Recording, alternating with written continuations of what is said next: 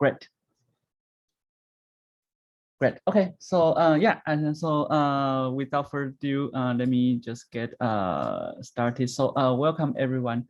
My name is Zhongting Guo, or you can call me Tim, which might be easier. So I'm currently assistant professor at UCSD Health Department of Biomedical Informatics, and then I'm also a co-director of this summer internship program together with Dr. Kula.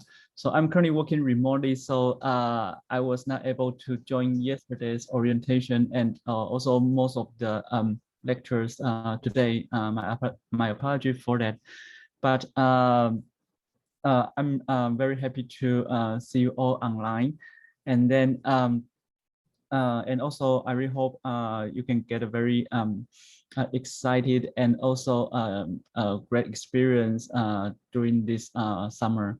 So so let me just get started. So today as the latest lecture of the bootcamp, I would like to talk about informatics research ethics. So let me try to put it in full screen. Can you still see my screen? Yes, that's great. Yes. Okay, great. Yeah, so I know it's a bit challenging to think about this ethics stuff in the late afternoon, but I will try my best to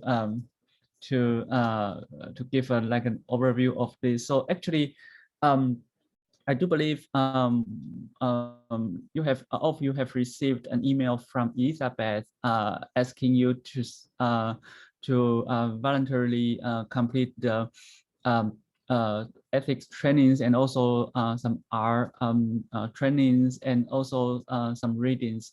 So for today's lecture, it will be related to the CT and HIPAA training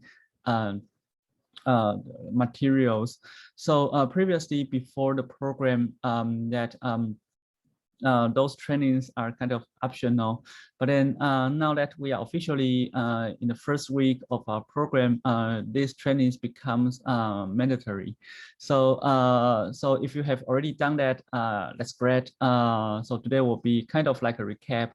And if you haven't done it, that's also fine. So today will be kind of like an introduction or kind of like a brief summary of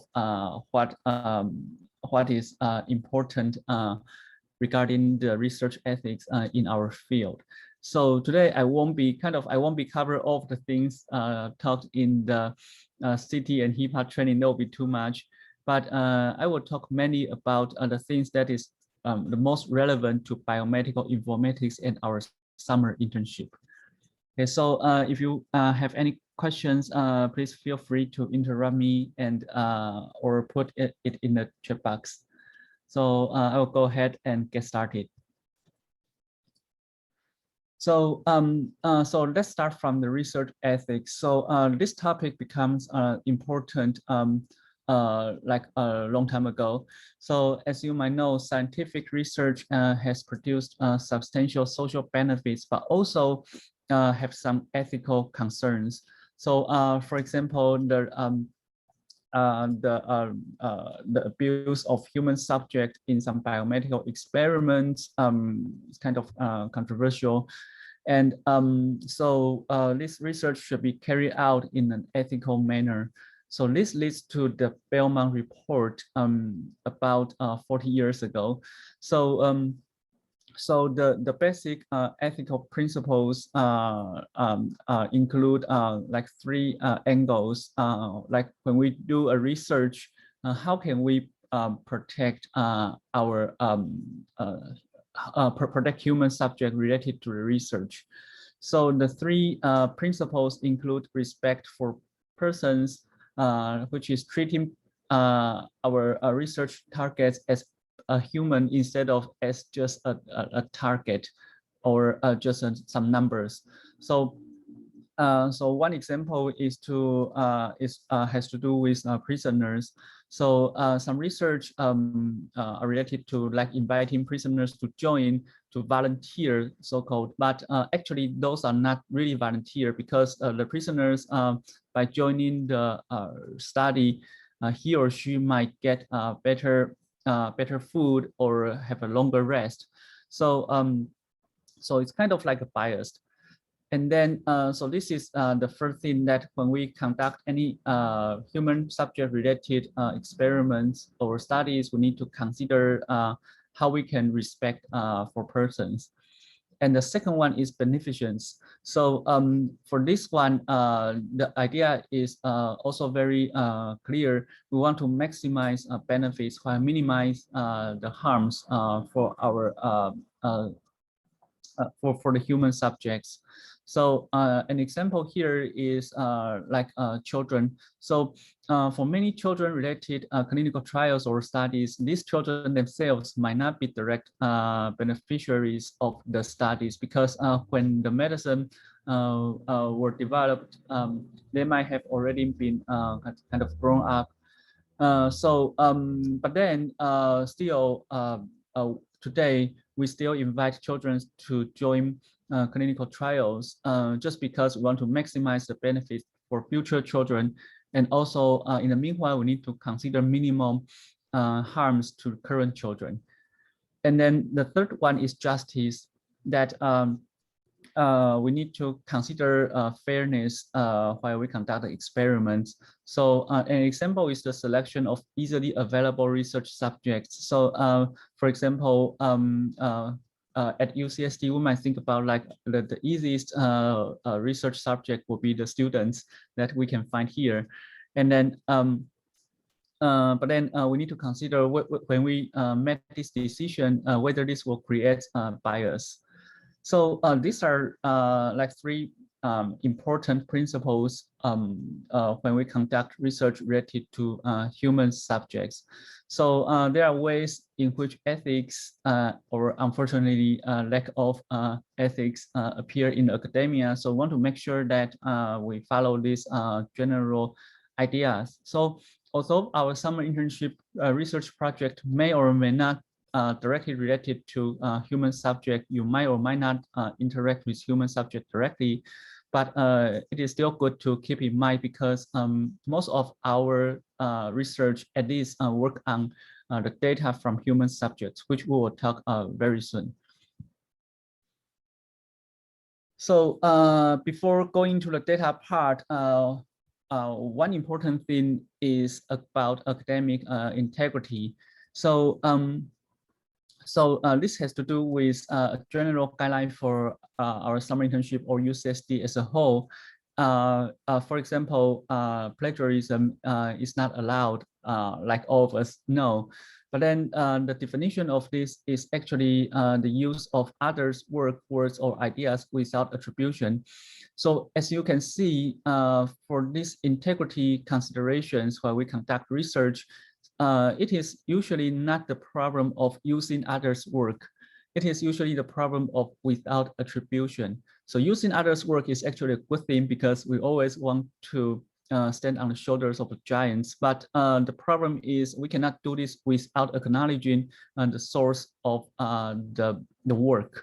So so here are a few examples. For example, we use someone's like we copy a sentence without adding a quote. We use some information without adding a citation, and then we try to paraphrase a source, but actually it is not kind of like not digested by ourselves, but it's just, for example, we just change the active voice to passive voice, but still the whole sentence is essentially the same. So these are kind of like plagiarism, different forms of plagiarism. So also the reuse of the work done for any previous course program, we cannot just like copy one of our course project, like final project report, and then use it as our summer internship report. We need to avoid this, and also including self plagiarism, which is I just copy my own work and then try to reuse it. This is also considered as plagiarism behavior.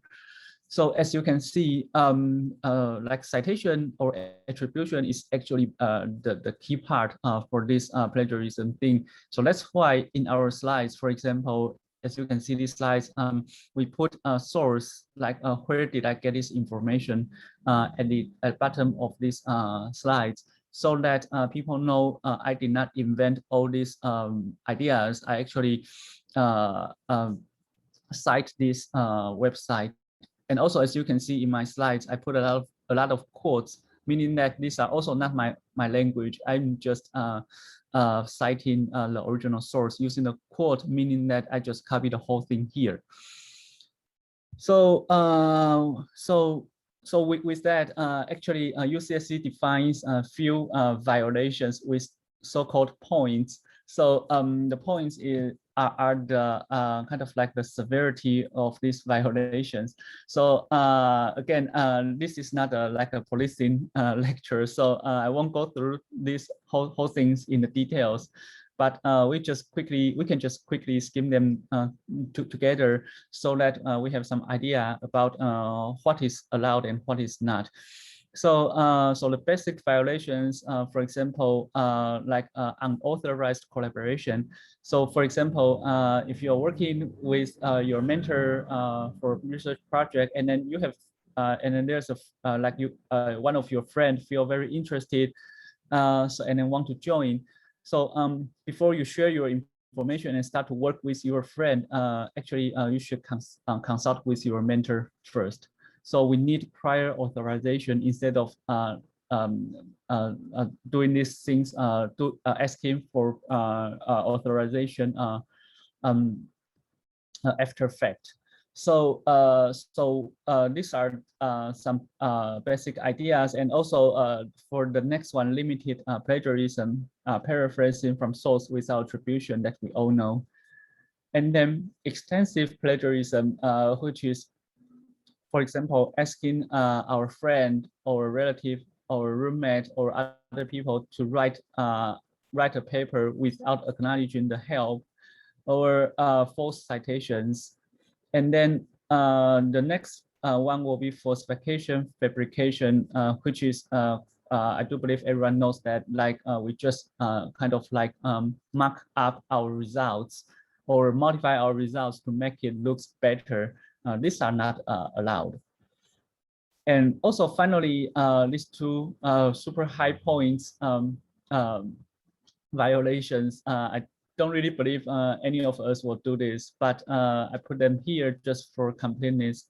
So for example, we kind of like just copy other people's work without acknowledgement, or we ask other people to do the experiments or write a paper or conduct a research on our own behalf without prior authorization. So these are like important violations. So in general, it is kind of very hard to check off these points. Some of them are kind of nuanced. So the best thing that we would suggest is, if you are not sure, please go ahead, ask. As Dr. Kula mentioned in the orientation, you can ask your mentor, you can ask our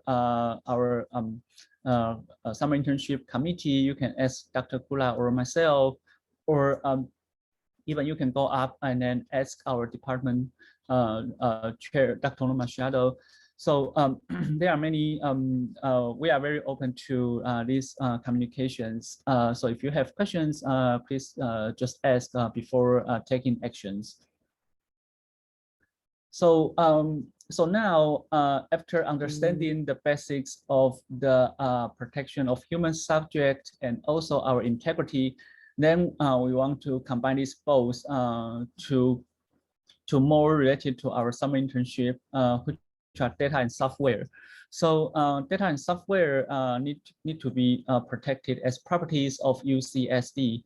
So all unpublished material should not be released without permission. So sometimes we might find our research will get some very exciting results, but no, please don't just go ahead, put them on Facebook or Instagram. But instead, you should please consult with your mentor before doing so. But sometimes if the platform is private, then that might be fine. For example, GitHub, we can set it as private. So if we share code in the private GitHub, it will not considered as published. So there will be some actions if we fail to follow these policies. But I do believe we all of us will try to follow the guidelines. But again, if you are in question, please just ask. So the next topic specifically related to our research will be privacy. So privacy is critical. The patient information could be passed on to a lender which could reject a home mortgage or credit card application based on the human subjects clinical records. And also an employer might use it to make some personnel decisions, which are also not good. So we want to make sure that when we use the data, these data may come from human subjects, and we want to protect those human subjects. So we want to protect their privacy. So traditionally, physicians are very careful about protecting patients' privacy, but as things move into electronic, as you know, EHR, electronic health records, we need to take more careful steps in order to protect human subjects' privacy.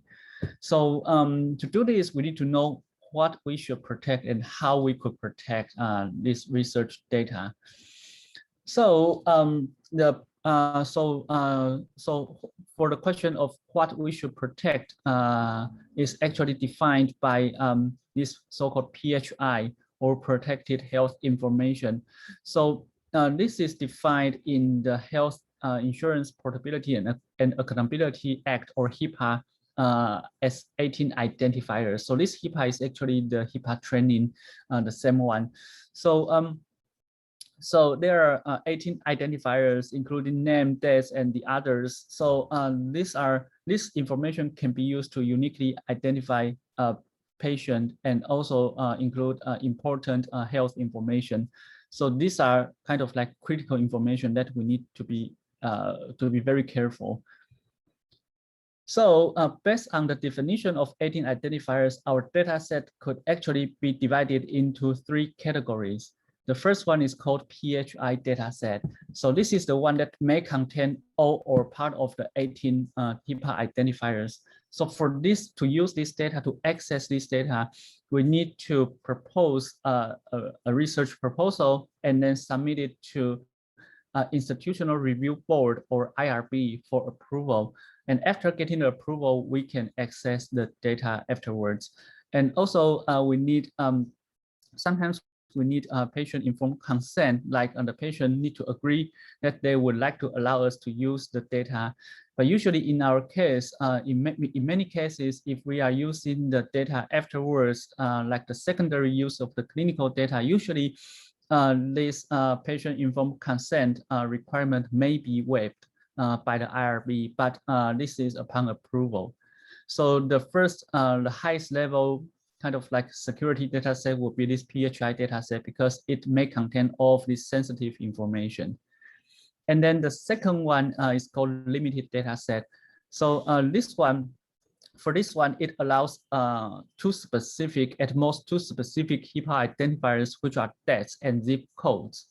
And so, so the reason being that for many studies, we need to know the time of the symptoms, for example, or and then we need to know the location, the geolocation of the patients. So we need this time and space information. So so that's why we have this defined definition of limited data set. But then, as you can see, by just using the dates and zip codes, it's relatively, I would say, not absolutely, but relatively harder to uniquely identify a patient. So to access this data, usually we do not really need an IRB approval. but we just need a DUA or data usage agreement. We need to sign a data usage agreement, agree that we won't use this data to re-identify the patients.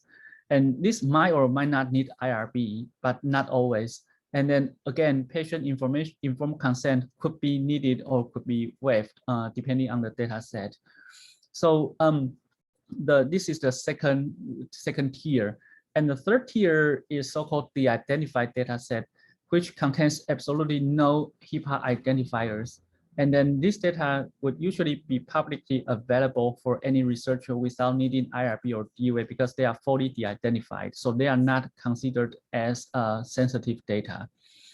So, so knowing the type of this data is important because when we start our experiment, we need to know which type of the data set we are using.